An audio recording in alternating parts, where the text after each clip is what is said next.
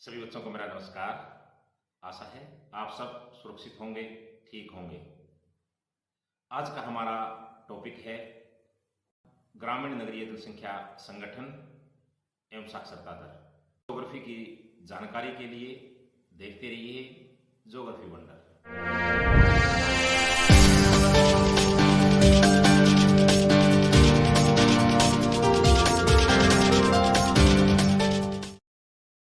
आज का हमारा टॉपिक है ग्रामीण नगरीय संगठन कि किसी भी क्षेत्र की जनसंख्या उनके निवास स्थान के आधार पर हम दो वर्गों में वर्गीकृत करते हैं।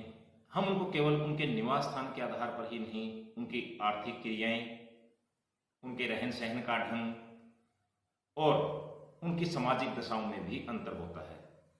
तो इन रहन सहन के ढंग के आधार पर उनकी आजीविका कमाने के साधन क्या हैं, उनकी आर्थिक क्रियाएं किस प्रकार की हैं, उनके आधार पर और उनकी सामाजिक दशाओं में अंतर के आधार पर हम जनसंख्या को दो वर्गों में वर्गीकृत करते हैं। पहला हमारा वर्ग है ग्रामीण जनसंख्या। ग्रामीण जनसंख्या के गांव के अंदर जो जनसंख्या निवासित है और जो अपनी आजीविका कमाने के लिए प्राथमिक क्रियाओं पर निर्भर है, जिनका मुख्य जो आर्थिक क्रिया है वो प्राथमिक वर्ग से संबंधित है, जिसमें पशुपालन, आखेट, संग्रहण, कृषि, खनन, मत्स्य पालन आदि। तो ग्रामीण जनसंख्या के अंदर यदि हम सामाजिक अंतर देखें ग्रामीण और नगरीय जनसंख्या में, तो सामाजिक दशाओं में अंतर है कि गांव के जो लोग हैं उनके जो संबंध हैं वो प्रगाढ़ हैं, यानी कि वो संबंधों को बड़े अच्छे ढंग से निभाते हैं, दिल से निभाते हैं, केवल दिखावा मात्र नहीं है। जबकि दूसरा हमारा वर्ग है नगरीय जनसंख्या कि नगरों के अंदर जो जनसंख्या निवासित है उसे हम नगरीय जनसंख्या कहते हैं, जो अपनी आर्थिक क्रियाओं के लिए द्वितीयक, तृतीयक, चतुर्थक और पंचम क्रियाओं पर आधारित है। विनिर्माण उद्योग, सेवा खंड के रोजगार, ज्ञान आधारित उद्योगों के ऊपर आधारित है, उनकी आर्थिक क्रियाएं हैं। सामाजिक तौर पर यदि हम देखें तो ग्रामीण जनसंख्या की अपेक्षा यहाँ पर केवल संबंधों की औपचारिकता है, औपचारिक संबंध निभाए जाते हैं। इनके जो सामाजिक संबंध वो इतने अधिक घनिष्ठ नहीं है, केवल अपने तक सीमित रहते हैं। ग्रामीण नगरीय लिंग संगठन के पूरे विषयों के अंदर हमने लिंग संगठन के अंदर भी चर्चा की थी कि इस ग्रामीण नगरीय लिंग संगठन के अंदर काफी अंतर आ जाता है। यदि हम बात करते हैं विकसित और विकासशील अर्थव्यवस्थाओं की, विकसित और विकासशील अर्थव्यवस्थाओं में ग्रामीण नगरीय लिंग संगठन में काफी बड़ा अंतर आ जाता है कि हम बात करते हैं दो विकसित अर्थव्यवस्थाओं की, एक हमारी फिनलैंड है, एक कनाडा है, कि इनके अंदर जो हमारी रूरल का लिंगानुपात है वो 9:8, रूरल का जो अनुपात है, लिंगानुपात है वो 986 है, जबकि नगरीय लिंगानुपात 1083 है। उसी प्रकार कनाडा का है कि कनाडा का जो ग्रामीण लिंगानुपात है वो 941 है, जबकि नगरीय लिंगानुपात 1040 है। इन क्षेत्रों के अंदर महिलाएं कामकाज के लिए, रोजगार के लिए नगरों की ओर प्रवास करती हैं, जबकि ग्रामीण क्षेत्रों के अंदर कृषि में मशीनीकरण अधिक है, जिसके कारण वो व्यवसाय पुरुष प्रधान व्यवसाय बन गया है और पुरुष गांव के अंदर रह करके अपने एग्रीकल्चर का कार्य देखते हैं। इस कारण से गांव के अंदर जो लिंग अनुपात है वो कम है, जबकि महिलाओं के प्रवास के कारण, रोजगार के लिए नगरों के प्रवास के कारण वहां का लिंग अनुपात बढ़ जाता है। दूसरी तरफ हम बात करते हैं विकासशील अर्थव्यवस्थाओं की, जिसमें जिम्बाब्वे, नेपाल और हमारा भारत आता है। जिम्बाब्वे के अंदर यदि हम देखें कि ग्रामीण जो लिंगानुपात है वो 1129 है, जबकि नगरीय 1007 है। दूसरी ओर हम बात करते हैं नेपाल की कि ग्रामीण 1012 है, जबकि नेपाल 929 है। सेम भारत के अंदर भी यही स्थिति है। अब विकासशील अर्थव्यवस्थाओं के अंदर के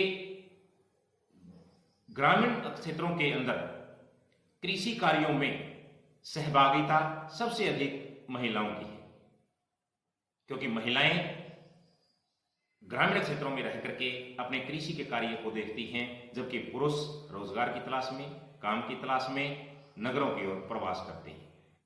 इसलिए विकासशील अर्थव्यवस्थाओं के अंदर ग्रामीण क्षेत्रों में लिंग अनुपात ज्यादा है, जबकि नगरीय क्षेत्रों के अंदर लिंग अनुपात काफी हद तक कम हो जाता है।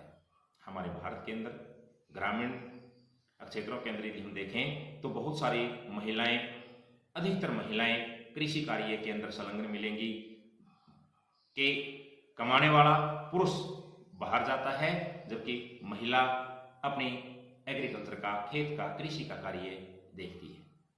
इसमें एक बात आई सहभागिता। सहभागिता है कि कुल जनसंख्या में से कार्यरत जनसंख्या के अनुपात को सहभागिता कहते हैं। साक्षरता, साक्षरता का एक ऐसा क्षेत्र है जो किसी क्षेत्र की विकास को इंगित करता है। जिस क्षेत्र के अंदर साक्षरता अधिक है वहां पर वो देश अधिक विकसित देशों की श्रेणी के अंदर आ जाता है। साक्षरता एक ऐसा मापदंड है जिसके द्वारा क्षेत्र में कुशलता की वृद्धि हो जाती है। तो बात आती है कि साक्षरता है क्या? हम किसको साक्षर मानेंगे? पढ़ा लिखा मानते हैं।